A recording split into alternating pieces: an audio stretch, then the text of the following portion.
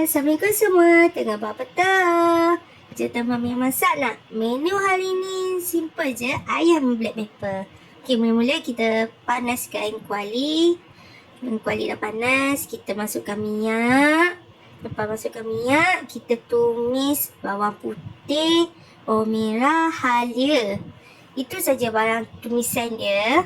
Lepas tu, Mia masukkan ayam.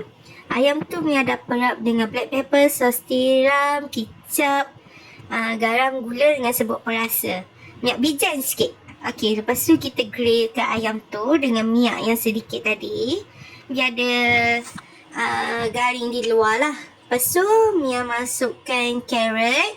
Sebab carrot perlukan masa untuk lembut. So Mia masukkan awas sikit. Lepas tu kita kacau-kacau dia lah. Bagi sekata semua ayam tu garing. Lepas tu Mia masukkan air. Okey, air ni untuk bagi dia betul-betul rebus lah. Okey.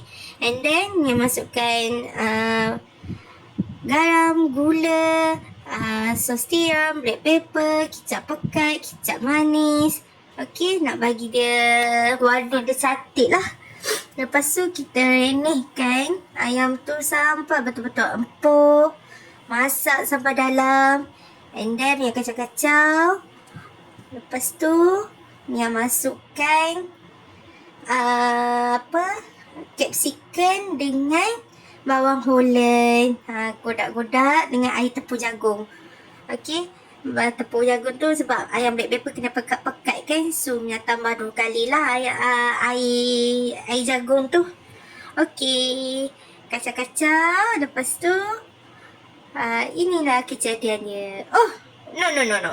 Mia lupa dia tawar sikit. Jadi Mia tambah sos ikan dengan garam. Lepas tu godak-godak, tutup api. Dah siap. Sedapnya.